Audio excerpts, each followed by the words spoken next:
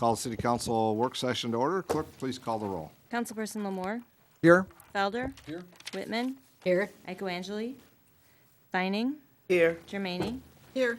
Mayor Clark. Here. So we have a few items. I'll get right to the City Manager, Mr. Pastu, and get started. First item we have, we'd like Mr. Leroy come up, talk about a proposed amendment to our water ordinance. A couple items just to let you be aware of before we bring it to you for its introduction at the next meeting. Barry Leroy, Director of Water and Wastewater for the city. Thank you. So at the May 21st meeting, we're recommending to make a few modifications to the water ordinance. One of them is related to our cross-connection control program. It's a regulatory requirement for us to start a residential cross-connection program. And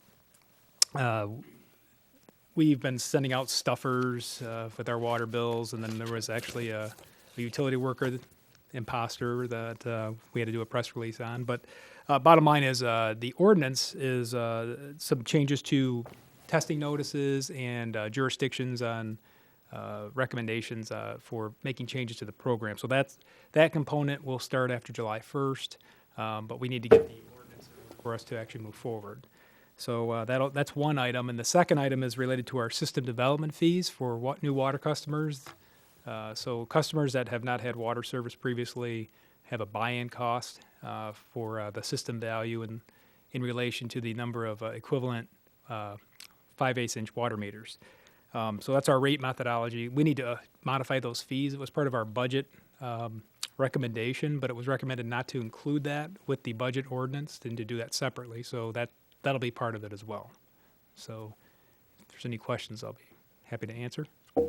Brief. Just a quick one on the residential cross connections, mostly focused on pools, irrigation systems. Right. Yeah, it's boilers, things like that. Those are the high hazard locations and items that we'll be focused on. We'll be going after irrigation systems as a low-hanging fruit to get started. So we'll be sending out notices after July 1st related to those types of customers. Got to make sure it's not connected to the city potable system. It's Yeah, we just got to make sure it's proper backflow, so there's not a cross connection that would exist. Yeah, I just preferred to have Mr. Leroy come and say, before introducing the ordinance, just to let you know it's coming, but it's a couple of relatively small items, but didn't want any surprises. Yep. That'll appear at the next City Council meeting. Any questions from council members? Okay. Thanks, Barry. Problem. Vince? Next, two items. Have Mr. Lewis, if you'll step up to the podium. The Dorsch Library bids came in today. We had two bids. The low one was at, what, $68,000? 68,000. The other one was $110,000. Still better than the 120 we had the first time we bid it last May. We wanted to let you know, be aware that the bids came in today and that we'll be bringing it forth more than likely at the meeting on the 21st. It is in excess of our $60,000 that we budget in the CDBG fund. We'll look at some other alternatives. There's been a lot of correspondence that we've received of late regarding the condition of the library, and we just, from a staff standpoint, feel we need to proceed with it. So, much more favorable bid that we had. So, and while we had, 68,000, we're probably going to push it to 80, 85, cover some architectural fees as well as any contingencies that may arise out of it. So, have that for you from the I want to come to the next meeting. I think some of the council members as well have received some comments. I know I have, as well as some emails, and forwarding those along. So I was glad to see that came through, and we're going to be able to put it on the project list for this year. Thank you. Next item is the City Hall Lake Erie Transit project update.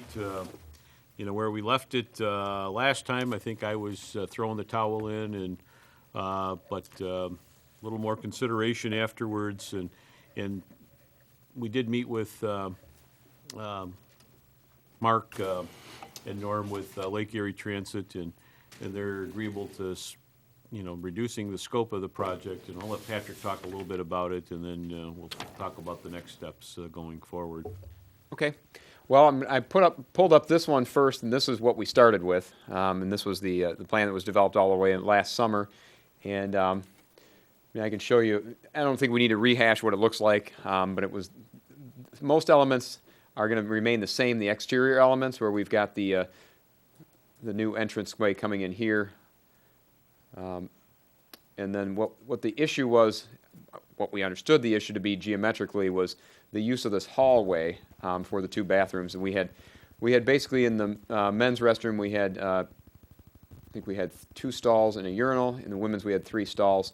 We were able to skinny those up to try to reclaim that hallway area, and actually we did some back and forth on this, and what we ended up with was a slightly scaled down version that would fit within the current credit union space. We did meet with Lake Erie Transit, discuss that with them. It would require the fixtures in each restroom to go down by 1, so it will shrink the size of that. But they'll still have more or less all the elements that they had before. Have a new office here with a ticket window there. Both men's and women's restrooms with no doors, which was important, so you could be able to hear from the hallway what was going on. But you are down to just two toilets in the women's and 1 toilet and a urinal in the men's. With the sinks. We still have the drinking fountain. We still have 5 benches in there. There's a janitor's closet, a separate entrance into the ATM. So all that will remain. But there's intended to be no connectivity between this center and the City Hall proper. So this hallway would remain as is. There's options where we could, close part of this off for security if we wanted to, but there's nothing planned on that. That would preserve the emergency egress out here just as it is today, the hallway just as it is today, clerk treasurer's office counters just as it is today, and fit everything in there. The entrance would still be on the same thing, which would be kind of the west side of the building, with everything exterior remaining the same. So, as we mentioned, we met with Lake Erie Transit. We met with the clerk treasurer's office, and everybody seems to be on board with the revised layout, which I think addresses the concerns that were raised by the council members at the last time we brought this up. And so I guess my belief is that all parties' needs have been satisfied geometrically, and that's why we're bringing it back in front of you. Then I'll ask the question, do you want to pursue with this any further? Based on this, down to Council Member Angeli, I know your feeling on it as well, but I'll need some direction whether council wants me to pursue this any further. Mr. Buds has actually started drafting, and I think has most of it in place, what the lease agreement would look like. But we thought, we'll put this out here with what's the revised layout and floor plan, and gauge the council's preference whether to proceed or not. If I may, I apologize. I missed one item that we did talk about at our meeting here. The potential repurposing. I know that was a concern brought up. If 20 years down the road or somewhere between the end of the lease, there needed to be some repurposing of the space. The janitor's closet in the ATM area here, we believe could be redone fairly simply. Just have passage through this area if you wanted to just expand that into something else. So we think this is as easily repurposed as we can make it for the future, so in case that was a concern. I think I heard that the last time we had this brought up. A minor point, but it's something where if you were to just knock out this wall between the janitor's closet, and it was something that the city then would just reclaim this area for whatever purpose, a separate meeting area, lots of options, but it wouldn't require the wholesale redo that it might have otherwise if we've intruded into the hallway and some other things. So, sorry, didn't mean to, I forgot that on the front end. Comments from council members? John? I will, Your Honor. I understand where council's going with it. I'm in the minority. But I will just say for the public record, in the last week in April, I happened to be in New Orleans to the National American Planning Association conference. I attended 3 sessions on transformative innovations in terms of their impact on communities, and 2 of them had to deal with autonomous vehicles. And the keynote speakers are saying within 10 years there's not going to be public transportation buses.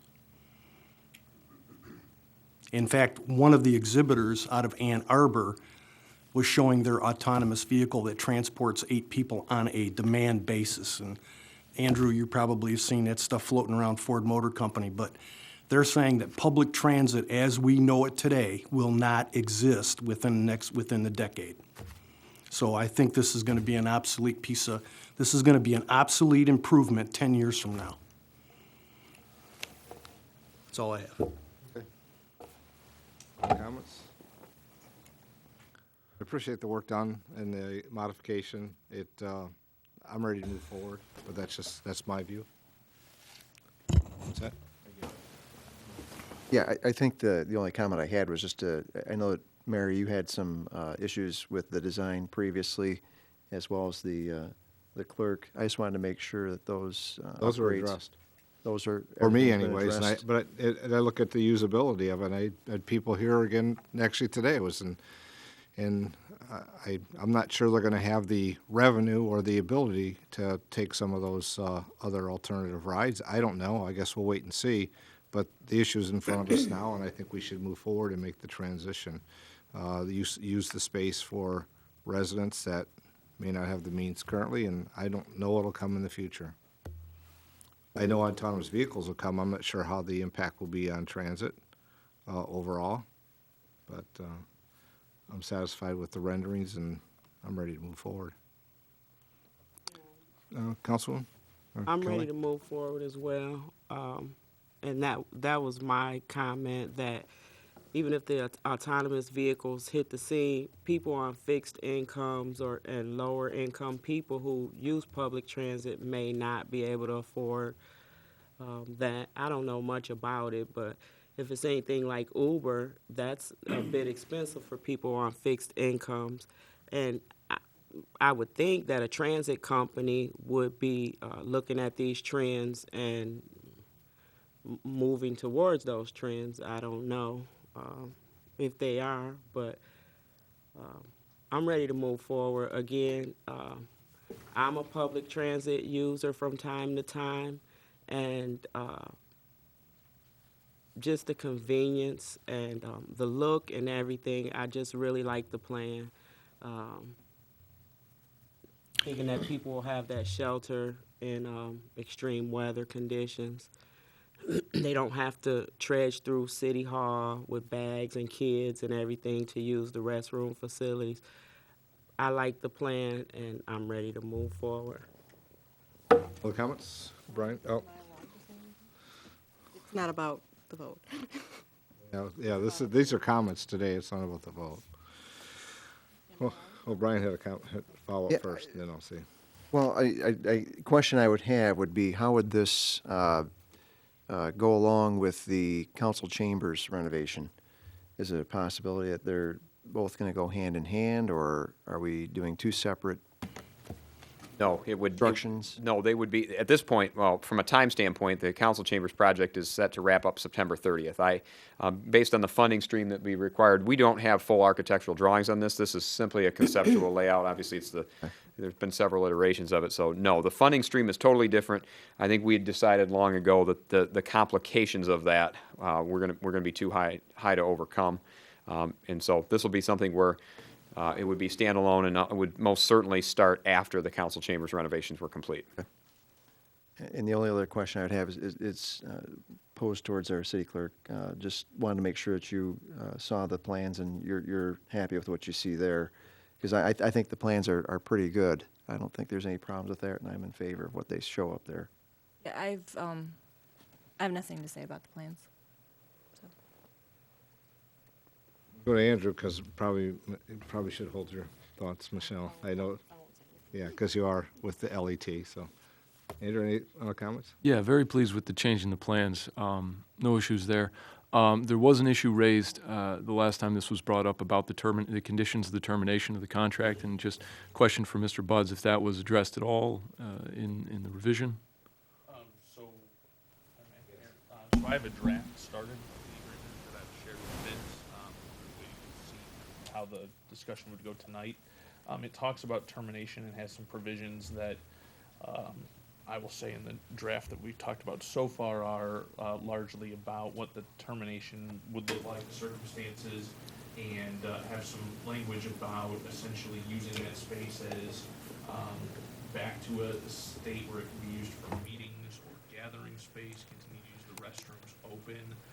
Based on those revised drawings, at least my opinion was that made some sense, is the way that it would continue, that it would be returned to the city in a condition that it could be used for open meeting space, so essentially the removal of the transit-specific items, leave the bathrooms, and then you'd have an open space that at least, if anyone asked my 2 cents, could then be used as a meeting or gathering space for the city at that point.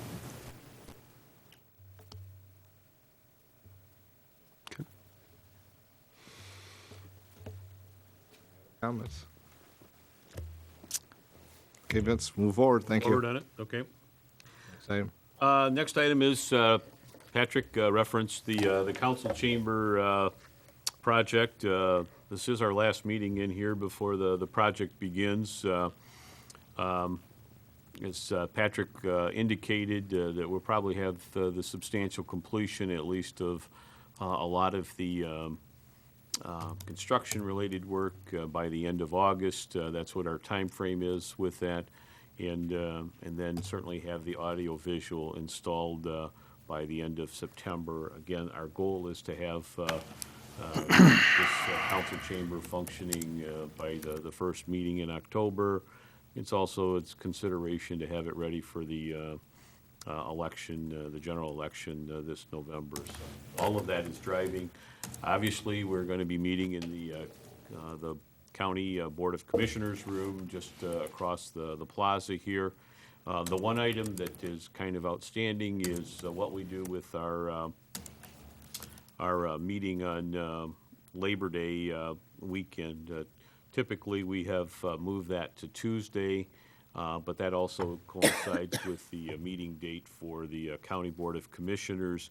And my recommendation was just to move it to the following, that date on Wednesday, the September 5th. I think it's probably good just to have it in a central location where we're meeting temporarily without taking it off-site somewhere else. And then certainly in the case of Impact, they've been working with the county to be able to continue the televising of the council meetings in the interim while we're occupied over there. With that, just wanted to throw that out there. This is the last meeting, so if there's anything else that you might have, questions. Any questions on the Chambers project, Council Chambers project? And information? I know that the date in September on the 5th, that Wednesday, has been identified as available at the County Commissioners room as well, so. Okay, next item. Before we get into the big ticket item with the public safety assessment, I did want to go through and see if the council had any questions, particularly with items on the consent agenda. You'll note on there that we have consideration to approve SEMCOG grant application. This is working a multi-jurisdictional corridor improvement study. We're asking for the maximum amount of $50,000 for that. Certainly looking to get financial participation with the townships as well with that. The maximum amount is $10,000, 20%. I think it's $12,500 is the local minimum local match required. And as I alluded to in the fact sheet for this, with our pursuit of the sub-area plan for the Lazy Boy, former Lazy Boy headquarters site, we want them to give that consideration as in-kind support for that. Having said that, just wanted to make sure, was there any questions before we came up for tonight?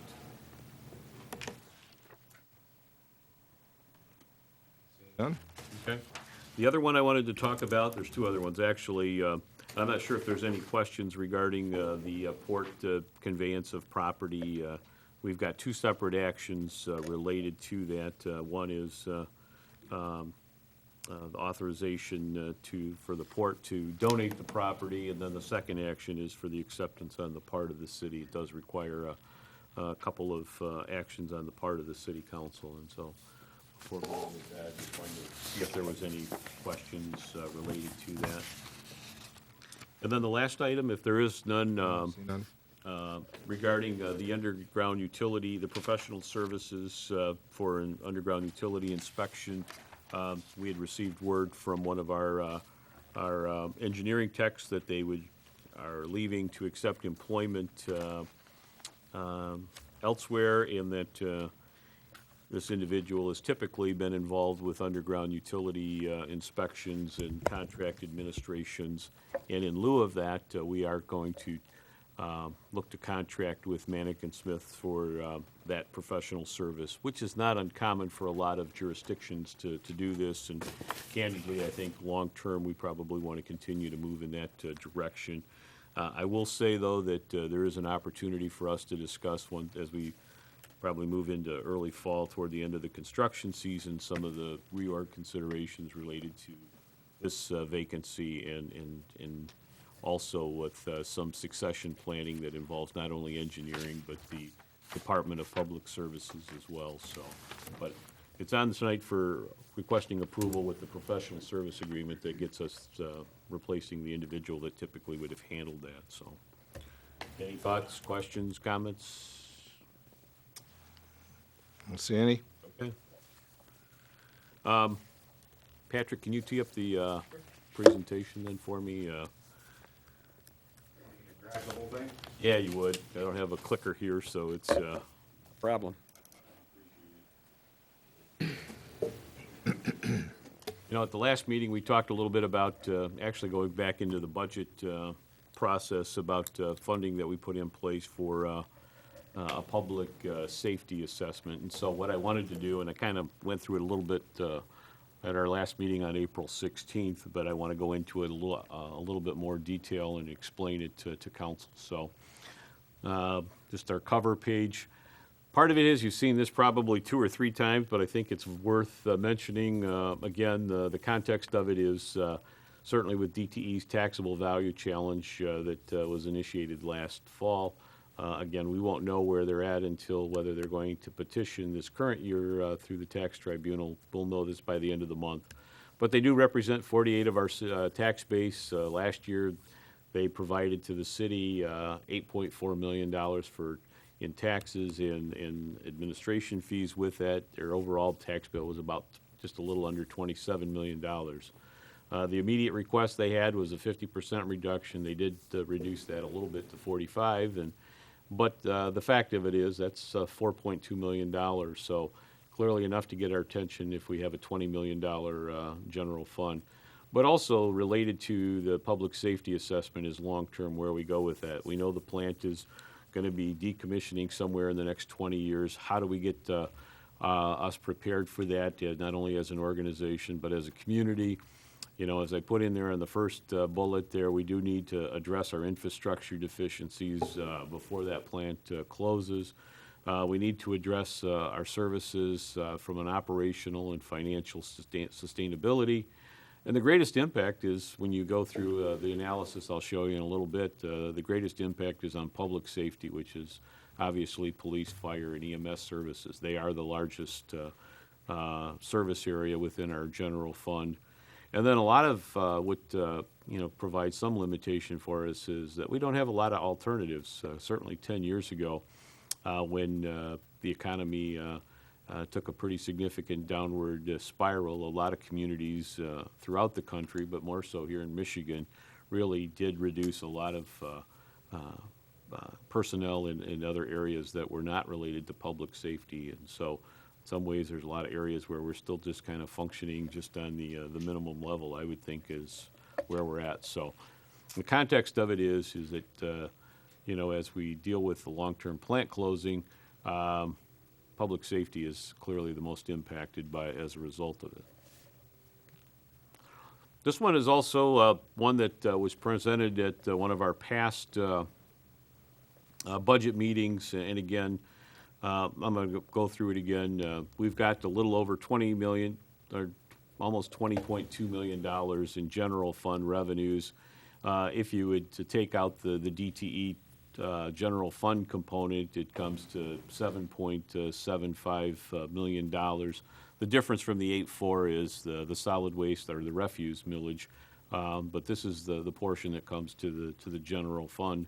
And then the other part is that we do charge off a lot of services within the general fund back to, for example, water, sewer, the building department, the road fund, airport, our internal service funds that we have. So we do a lot of chargebacks to recoup some of the costs associated with the treasurer's office, the finance office, human resources, city manager, city council, and just the general facility costs that would go with any kind of overhead for these operations. So when you take those into account, suddenly you go from 20 million down to about 11.5 is what's available. And then I start, again, using kind of a zero-based budget approach to this. What are the mandatory items? And certainly your debt obligations are an absolute. That's the first priority of payment. Actually, the second one is your pensions, and in next year's budget, you see where those numbers are.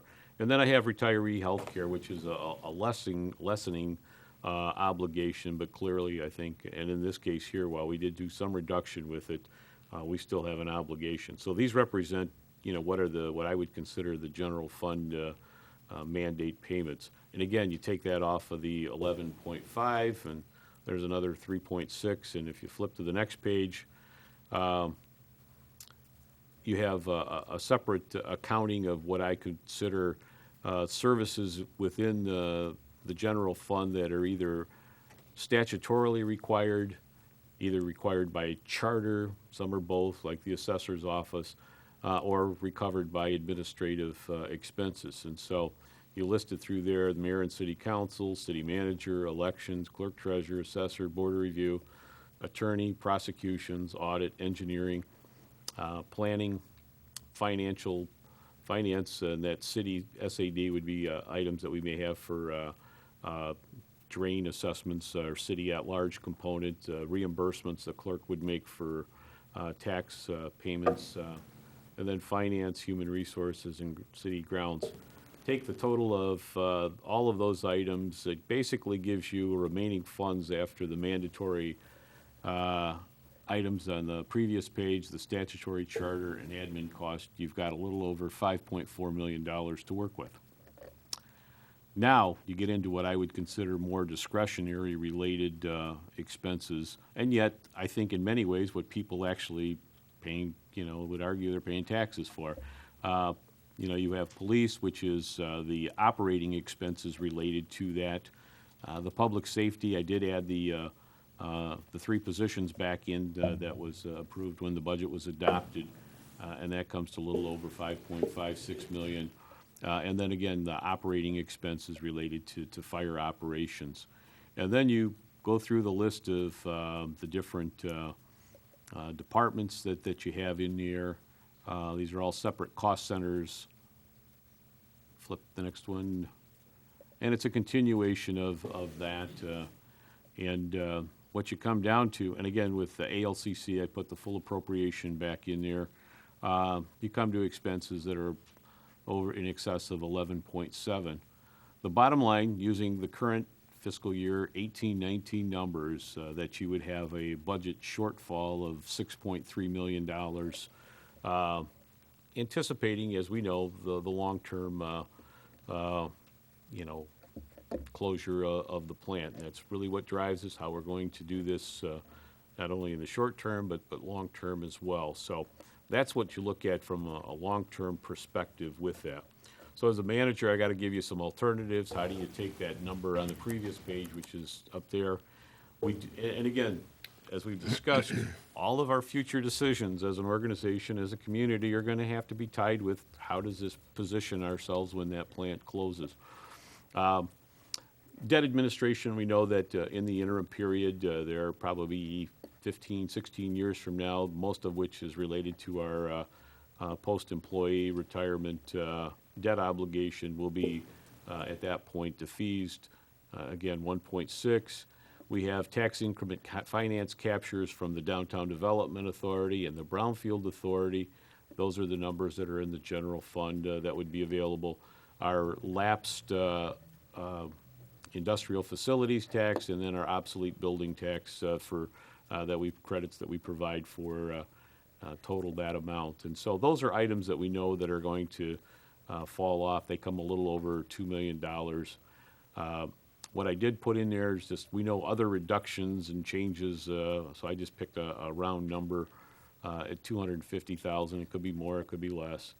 And then I put an item in there, dedicated capital funding. I think somewhere in the next 20 years, if not sooner, we'll have to have a discussion about how we go about, funding our roads, sidewalks, and parks.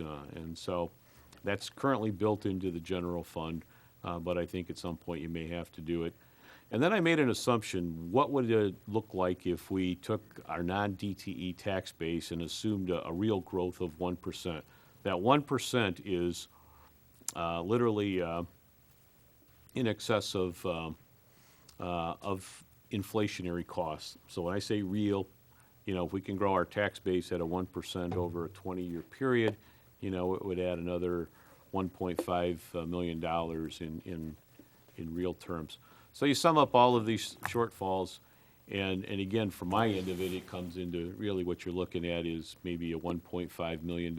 I was initially looking at $2 million, but as I kind of tinkered with some of these, I think somewhere between 1.5, probably 1.3 to 1.8 million is in today's dollars is what you're looking at. So it's kind of a stopping point because it gets you, I think the context of what we're confronted with is important. And, at this point, I'd be more than happy to answer questions to provide, what we're looking at this point. Any questions on the review or how Vince is getting to this part of it before we get into the next part? Seeing none? So part of it is just putting in a broad sense the scope of the assessment. There's certainly, I think, a current assessment, and I think this is an important aspect of it because clearly any of the long-term alternatives that we're going to have are going to take a while for their implementation. But in the meantime, we have what we have. So how do we make the best of it, knowing that there's, I think, some dissatisfaction with many aspects of it. And so I think that, we know what we're going to have for the short run. So let's work a short-term, long-term aspect to this. Part of it is an employee assessment phase, interviews with, my preference would be to have all of the employees interviewed. It's not typically the case, but I do think it's important to get those that have the boots on the ground to have a perspective for the consultant to understand not only some of the training, the culture, those type of issues with it. The second component would be certainly what I would hope would be a rigorous analysis of response time, but also to drive and understand how, what's unique about Monroe and the service demands that we have. I think that understanding is critical for any long-term review of, the alternatives that are to be considered. And clearly, Monroe has its unique characteristics and service demands that would be different from a lot of other communities. I know there's a lot of effort sometimes to draw those comparisons and benchmark them, which is, I think, a good general, but there are some unique things, both fire, police related, that I think would be borne out with this analysis. And then the other two aspects of it, the collective bargaining review, and then also kind of a best practices assessment as we go through where we're at currently. And again, a consultant that has the ability to do this can look at a lot of what we're currently involved with and offer some best practice recommendations going forward. So this is the initial phase of it before we go into looking at the long-term alternatives. Thoughts, questions? Not yet? Not yet. Okay.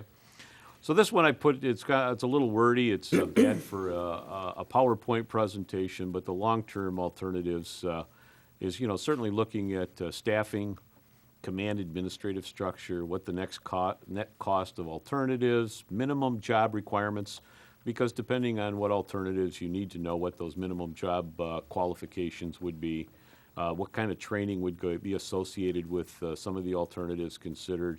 The equipment utilization, again, I think, we want to obviously drive to have the most effective and efficient utilization of the equipment that we have, any collective bargaining issues, any charter requirements. I think those have come up for discussion in the past.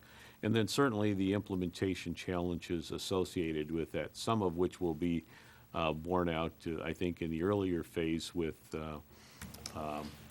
all aspects of it, some of it dealing with the working relationship between the PSOs and fire and MCA, and certainly, again, the call demand for service-related items. All of those will kind of get borne out what the implementation challenges would be.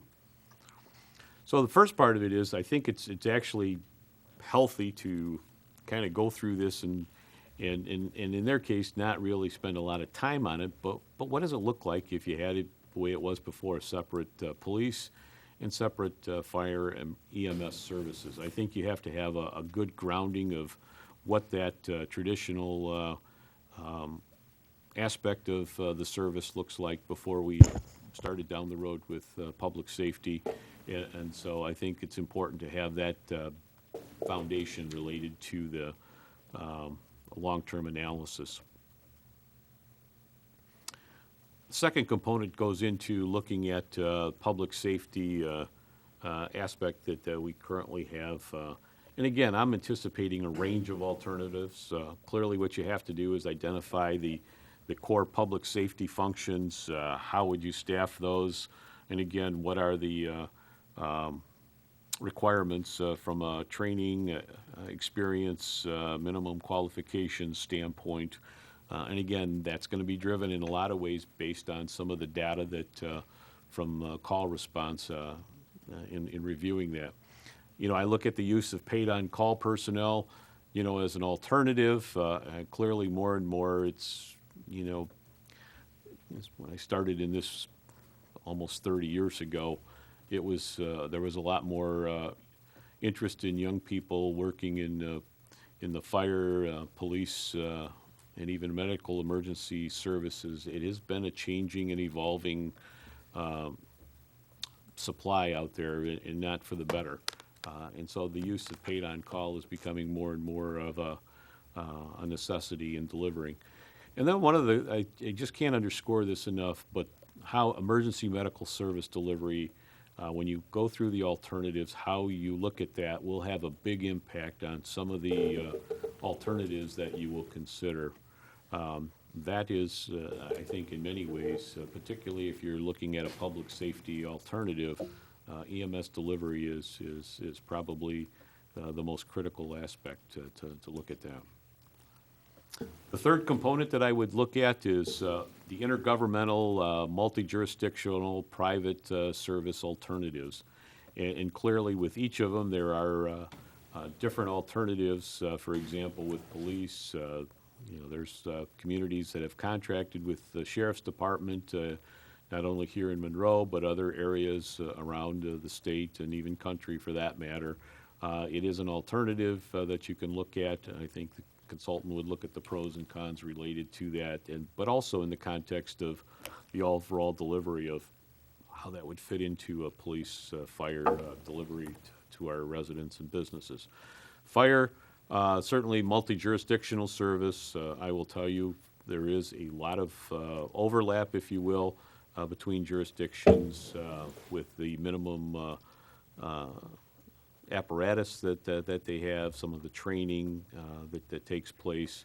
In a lot of cases, fire in particular, the ability to find trained professional personnel is becoming more and more problematic. And again, there is a lot of overlap, if you will, from some of the training that goes between just jurisdictions within literally miles of one another. So, and then the last is just look at if you go private, you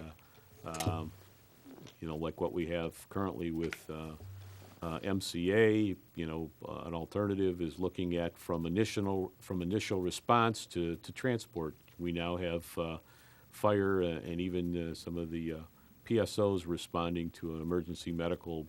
They're on the scene prior to the MCA arriving. But all of these are things that you have to take into account and consider when you start to make the long-term approach to restructuring the delivery of these services to meet the budgetary challenges that we anticipate. Then we get into, starting to wrap this up, report and recommendation phase. Current assessment, I think, again, I keep mentioning that, is critical. Review of the long-term alternatives for consideration. What's the short-term implementation strategy, immediate to 5 years, and then the long-term 5+ years? I think those are aspects that would be important. A city assessment coordination team, I have proposed myself, Ed Sell as the Assistant City Manager, Finance Director, Peggy Howard as Human Resources, and Mark Cochran, although title Economic Development, functions in many ways with some of the project-related work he does as almost an assistant to the city manager. And part of the reason for having this internally is I typically like very much to have community engagement for these types of special projects.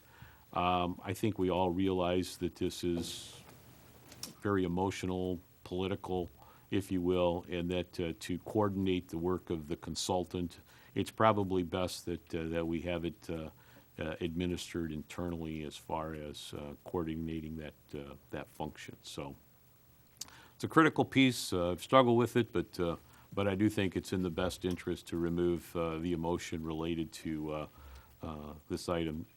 And clearly on the back end, there will be emotion. So it's, I have no illusion of that. So we went over this a little bit at the last meeting with a time frame between preparing the RFP. I tinkered with it a little bit, looking to go through having this ready to go out to the door at the end of this month. Looking to have the delivery of the RFP, the first meeting in July, or the first Monday in July, and then schedule week interviews. But ultimately, it would have to come to City Council. I'm anticipating August 6th, and then initiate the project probably mid-August. I did look at very similar to, although it's different in scope. My predecessor, George Brown, actually had put together something, and we actually had received this back in 2015. I looked at a couple of them that was a 4-month time frame for something. I think this may be a little more involved because that was mostly with staffing considerations. This has got a little more depth to it, and so I'm probably guessing 5-6 months once it gets rolling. So it would be something that would be, I think, ready in early 2019. So that's the extent of the presentation and the proposal. Be more than happy to answer any questions that you might have.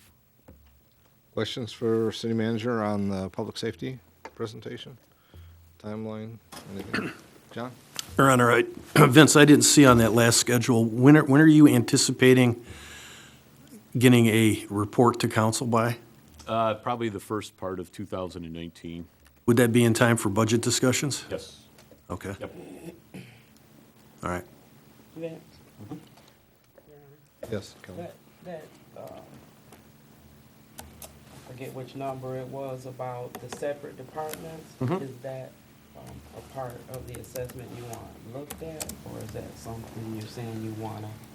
Well, I think it's a good foundation for us to have. I think it, in part, I want this to kind of be, if you will, almost a holistic look at it, so that, again, what you don't want is on the back end, well, you didn't look at that, so it was already predetermined. So let's put it together. What would it look like if you were to have, again, the separate police and fire EMS services if you were to go forward? And I think it helps in narrowing down the alternatives. And then part of it is, I'm going to be honest with you, that there's potentially some long-term discussion related to funding. Whether there would ever be any appetite, not that I'm recommending it, but, for any type of dedicated millage for certain operations. So I think having that information handy dandy is important to do that. And so, John? Vince, where in the scope of work would the idea be evaluated or the concepts be evaluated of future trends that are going to be affecting police and fire? Because in a lot of in a lot of city and county literature, police departments are becoming more, because of the severity of crime, they're becoming a lot more militarized. I don't want to use that term, but they're being trained differently than they were 25 years ago. And on the same regard, in the area of fire departments are being trained as basically to respond to basically all hazard emergencies, which are more and more frequent. So, I mean, it's somewhere in there, is that going to be, they're going to take a look at what future trends are? yeah, if you go back to the previous one that Patrick had up there, and it's more in a general sense, but certainly looking at, what the staffing alternatives, and it ties in with not only taking our current information and data that's available with our responses, but I would tie it in with where the trends are going, not only with, with the various services, but I would probably fit it somewhere in there, identifying what those job requirements are, the training, the equipment that's needed. Because again, I think the consultant brings an approach where they would have, and when I looked at what Mr. Brown had done, is that most of the consultants were national. So they have a pretty broad perspective on the trends in the public safety arena and what direction all of the services are headed in, and where we are in relation to that. I think that would be my expectation of the work to be done.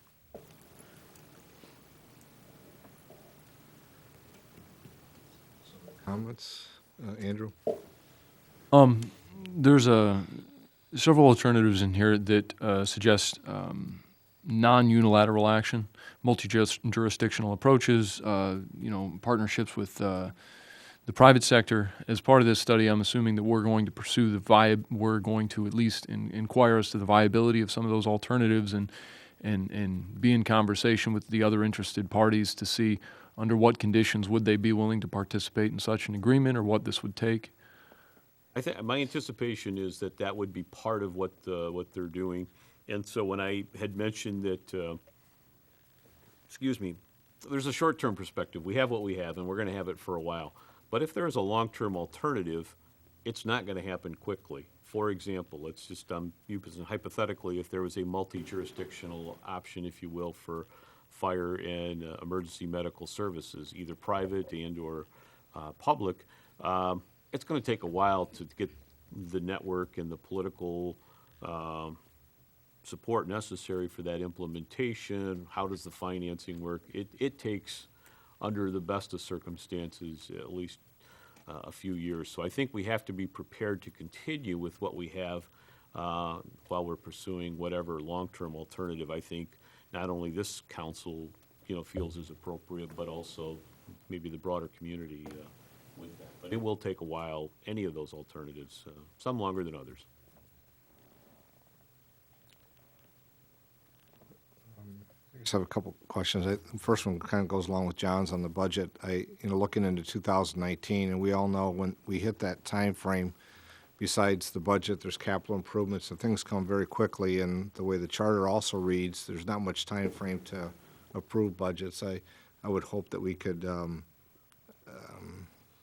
get there sooner than in the middle of the January with the budgets. But I guess that'll be decided once we get responses back and what what timeline they may be able to deliver what we're asking for, and if it can be done. I'm not saying untimely too soon, but the sooner is the better, because we have to make those decisions come 2019.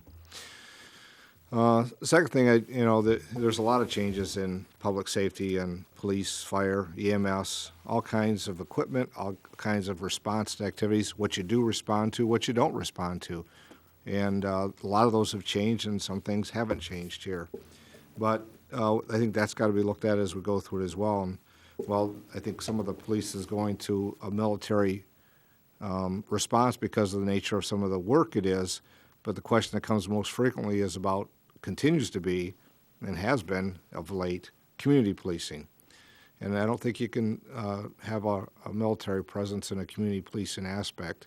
So I think it's a fine line between the two of what we ask in public safety to do, and all three of the components that are listed up there.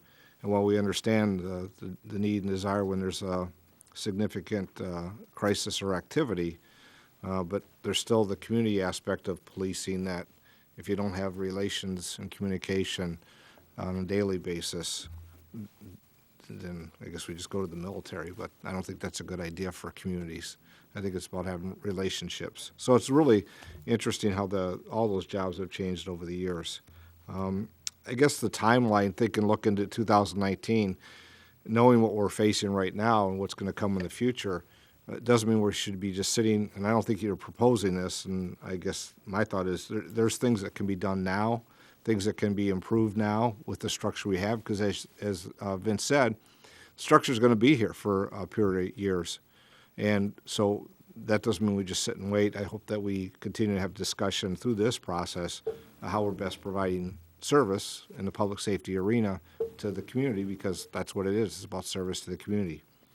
So I just think there's going to be discussions on that in a variety of ways that I think we should be willing to at least continue to move those things forward. It's not changing necessarily a structure, but this is the model we have, and how do we make that best if it's not best already? Just my thoughts. Vince? If I could just follow up on a couple of those items. I'm contemplating as we're talking about this, and it's always sometimes helpful from an administrative standpoint if there's an interim type of report to give us an update where we are. So I think, we can structure the RFP maybe to have at maybe one, maybe two critical junctures. This is where we're at, this is what we're finding, so that at least it doesn't come overwhelming at the very end as well, where there's so much to digest, and I think sometimes those are very effective as well. And related to the personnel or the public safety functions there, 2A that you have up there is, Chief McCormick and I were talking about neighborhood watch programs, which we think are important, but those are some things that when budget reductions were taking place that you don't have that, and they're certainly important in developing positive community relations. And so those I would think would fall under potentially best practices. What are you doing? What are you not doing that you probably would like to be doing? And so I think that's very helpful for us in going through this process as well. I guess follow-up. I know that it's been a challenge for some staffing and meeting the numbers of hiring. And if we're not getting enough candidates, that at some point I think we're going to have to discuss that rather than waiting till 2019 and then seeing what that is and then start on a different path. Understanding that if we're not getting the staffing that's needed and what's the cost might be associated to that, then we should be looking at the process in which we are getting qualified candidates.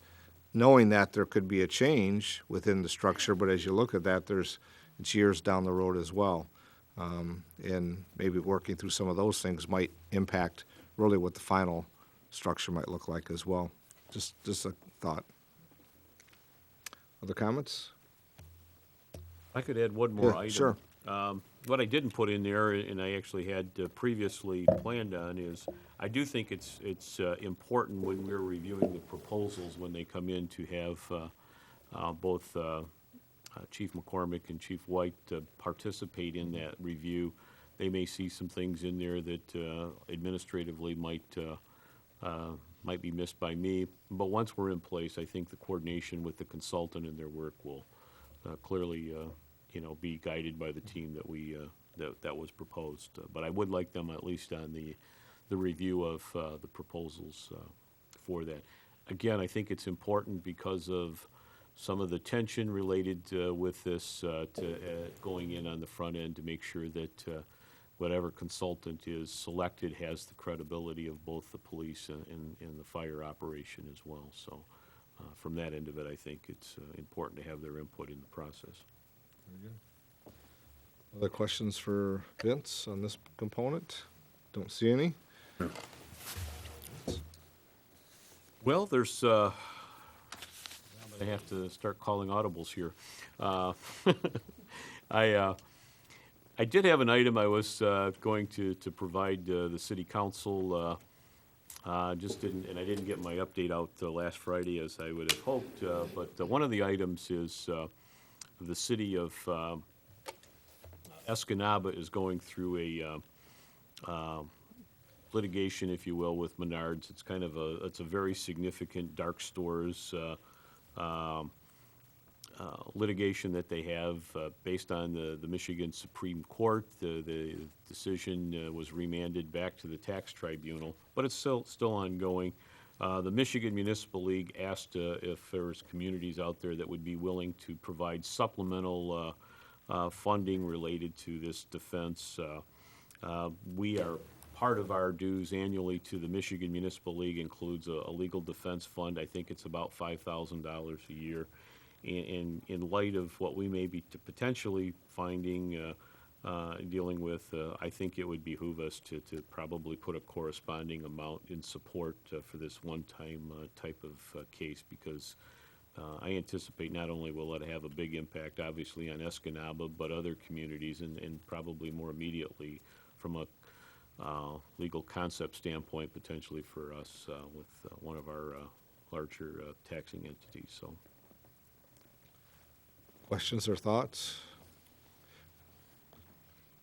I agree. Yeah. There's, this comes through the Michigan Municipal League, of course, which we are a member, and talking about how we, in other communities, really have the same difficulties. And if you look at a difficult situation similar to this happening elsewhere, as Vince said, the potential is always here. And we know we're going to have our challenges that others may be watching and thinking that it may be them next, too.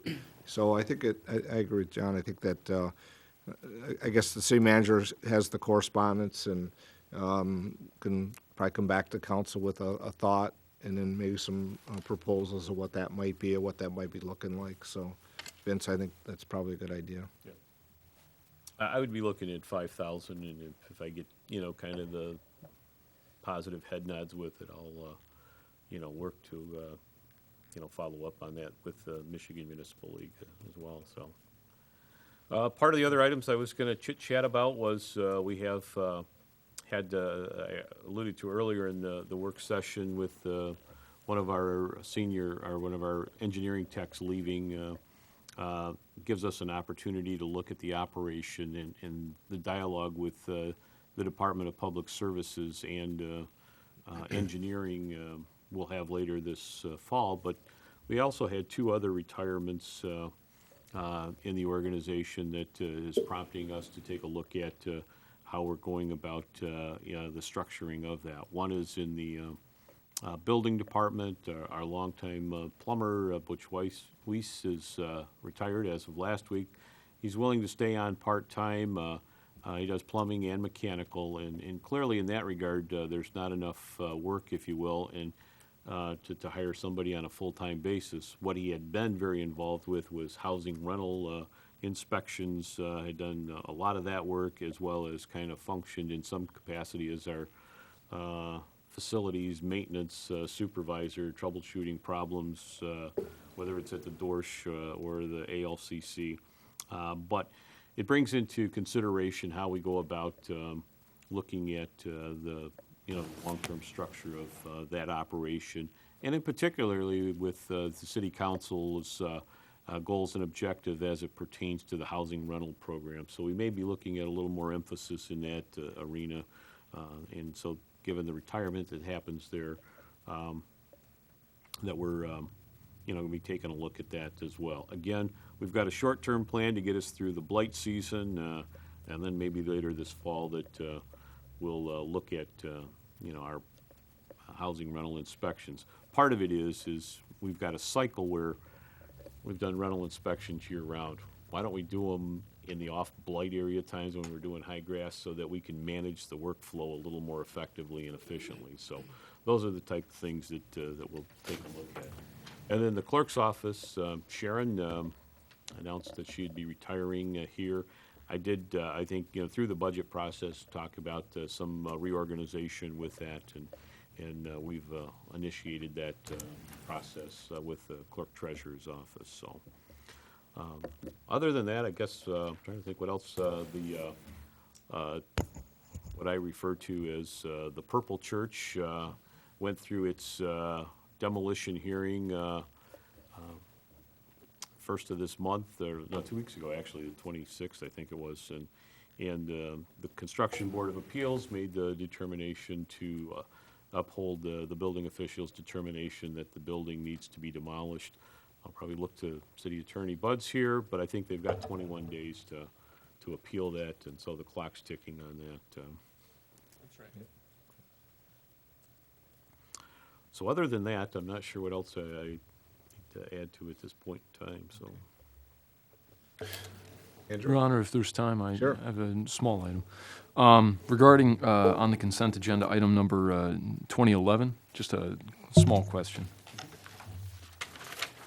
I see here that there's a 5% contingency, and I think 10% is usually more usual, so I was just wondering what conditions made it possible that we were able to get it down to 5%, and can we try and duplicate that effort elsewhere in our bidding process or in our payment process? What item was that? I'm sorry. 2011, 2011. on the consent agenda. I think that, and Barry, if you want to address that. Sure. We went with 5%. This is a 3-year rotating program, and the footage is known, so there's not a lot of chance for contingency or additional costs. It's a fixed footage, and sometimes when we get into rehabilitation projects, there's additional footage that's discovered. In this case, these are known footages. We've been doing this for probably 15 years.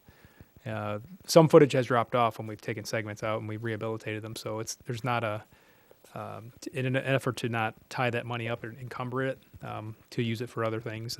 That's why we went with a lower contingency amount. But that would be something very specific to this particular project. It's not specifically something that's replicable. Yes. Much less uncertainty with this project, as Barry had indicated, than some of, say, for example, our construction projects. That sometimes you don't know what you get till you open the earth and find some surprises. Well, my lead into my next point is now moot, so I'll just jump right in then. Does the Water Wastewater Department have a contingency fund or a line replacement fund that we allocate some of these additional unused funds, or they just return to the wastewater fund? This is part of our operating budget. So, but yes, the answer is we do have emergency reserves that are part of our overall budget process with our rate model. We look at our capital costs for the year as well as 120-day operating plus our emergency reserves. Okay. That amount fluctuates between like $500,000 to $1 million. So. Okay. I think it's also important to talk about the plans that you've been working on, that are required by the state related to the water system. So that was sort of the impetus for this question. Oh, okay. Replacements and the long-term process and where we Right. started, where we're at, where we're going. Okay, so we're talking about the NPDES permit improvements. That's a study, so that would be part of our operating budget. We're going to fund it that way. We can get reimbursed if we have to take a loan out where a bond may be issued. Really depends on if there's a large enough project that may warrant that. We really need to develop the model to determine that first. But that's we'd have to budget accordingly for that. So if there's the study would show a $5 million project, we would need to budget that going forward with our rate model or it may make sense to build in a debt service component to bond for it. After you hit a certain amount, I mean, our finance director has directed us to, if it's $1 million or less, we could probably handle it with our operating budget, with funding accordingly. But if it's a much larger scale, then it makes more sense to look at low-interest bonds to go that route. So, Might jump in, because I think, Andrew, you may be I think part of what you're maybe looking at, because I know that with the water, there's line replacement, for instance, the leads. How you go about doing we're that? talking about lead service lines on water? I'm sorry, I'm in the wastewater area. Sorry I about don't know, that. but I'm not going to say what he's asking, but I know we've had the conversation, because some of those inquiries come up, and people always ask the number of lines and the process that you've gone Right. through, and where we're at, and how that's available to some of the residents, and how you do the testing to make sure, and how they move into those type of replacements. Okay, I don't know if apologize. I'm not trying to ask what maybe Andrew's not asking, but I Yeah, know no, we've had that's the that's along the conversation. lines of what I'm asking. Essentially, I mean, we're going over the budget review process here about things that are with both items that the city manager brought up this evening, of just things that could bite us in the butt going down the road. In the lead and copper rule, with the current legislative climate, this is another one that could really sneak up on us, and I just want to insulate us as much as possible from that. And I was just wondering what fail-safes we have in place. Right. So the fail-safe, we budget for about 120 replacements a year on the lead service lines. We have approximately 700 left. The legislation really could sway it and impact us significantly, where there's quite a few. I'm trying to remember the numbers, about 2,600 total lead and galvanized. The galvanized component could really cause us some expense, especially if it's at accelerated replacement rate, which what I mean by that is if your testing levels are high enough, they may force you into a bin where you have to replace them so many per year, 5% a year, for example, which is much higher than what we budget for. So we likely could budget, if it's far enough in advance, we could build that into the rate model without bonding. However, we also have the asset management program with roads where if it's too costly, it may make sense to bond and do a significant amount at once. So, but yes, at this point, we do have those built in, and we can accommodate influxes, like doing an additional 50 services from 120. Do it a little bit more, absolutely. And if I might just add, with the asset management program that they really went through, it's pretty comprehensive, evaluating the entire system. And so it gives, I think, the strength in developing a very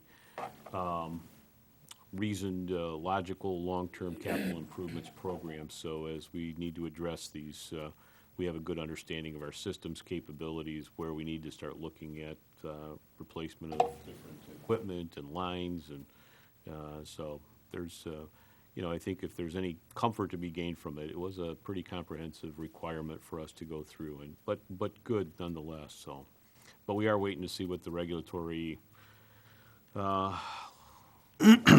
come regarding lead. There was a commentary period that they just finished. So we were part of a coalition. We had comments that we had submitted specific to that. The big issue will be a likely legal challenge with the fairness to pay, using public dollars to pay for private services. That will likely be problematic with that legislation. So, but I guess that's why we go through the comment process, to get all that out on the table to address that. Thank you, sir, for your impromptu update. No problem. John? Barry, what percentage of the water capacity is used by Detroit Edison? About 1/8 About 1/8? that's pumped out of the plant each day. Okay. So even though they may challenge the property tax valuation, even though if the plant stays in operation until 2045, that consumption is probably going to remain relatively constant. Right. They notified us of a cut in consumption earlier this year, or actually last year. And with their realistic reduction in use, they'll still be about number 2 or 3 user. So that answer is yes. The consumption will be consistent as long as they keep their units on. It's going to be a wait and see approach because they're going to use the river raisin as their water quality. If the water quality is like it is now, they'll be buying water from us versus Right, treating taking their it. own. So. Okay, but I guess, in terms of finances, depending on what the schedule is of replacements that you have to go through, those are not going to be dependent on general fund monies because those come right out of the enterprise fund. Those are all consumer-based, correct? Correct. Yes. All right. Right there. That actually, thank you, Your Honor. That actually raises an interesting point. The water rate for any consumer is constant, regardless of the cost to treat it. Is that the case? Correct. Yes. So whether you use 1 unit or 100 units, it's the same rate. Whether it costs us more today to treat water versus during the middle of winter when the water clarity is excellent. So, yes. And because of DTE's own water intakes, they'll buy water from us when it's expensive for us to treat it, but when the water quality is sufficient for their purposes, they'll just use that water, where it's cheap for us That's what their to treat plan it. of action is, yes.